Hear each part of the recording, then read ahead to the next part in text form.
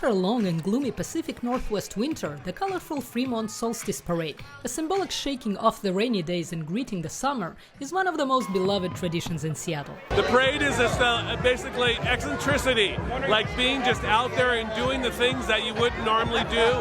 It's all about art and creativity. The start of the parade is a naked bicycle ride. It's the only time of the year that you can do that legally. The painted cyclist ride began 3 decades ago when 2 individuals crashed the parade. Today, this audacious pursuit greets the audience before the official procession of floats commences.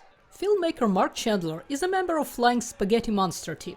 We're known as pastafarians. It's sort of an analogy to atheism. That was something silly and fun.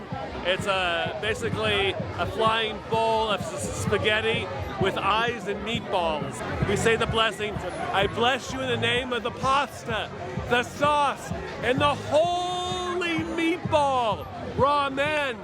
Even in breaking the rules, some rules apply. In this parade, no written signs or motorized vehicles are allowed. They wanted to avoid having it taken over by companies, so no writing on any of the floats keeps people from advertising their products, and it keeps politicians from coming in and having their signs and turning it into another corporate event. So it's a way of keeping it with our community. It's all hand-built, it's all pushed by hand. Brian Kuzer's creation is a troll inspired by Norwegian folk stories and the local Scandinavian settlers' heritage. He says it's no coincidence the parade celebrating citizens' creativity takes place in Seattle's Fremont neighborhood. Fremont was where the artists were able to afford to live way back in the 70s and 80s, and then slowly it's been taken over by corporate.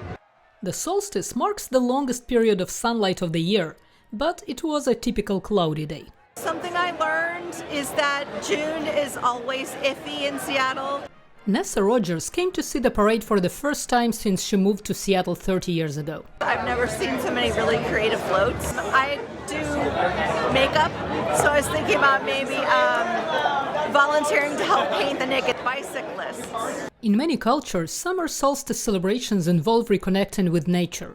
For Seattle residents, it's about reconnecting with other people. This is the Solstice Parade where we Seattleites all come out of our dark closets and come celebrate the beauty of springtime and the sun.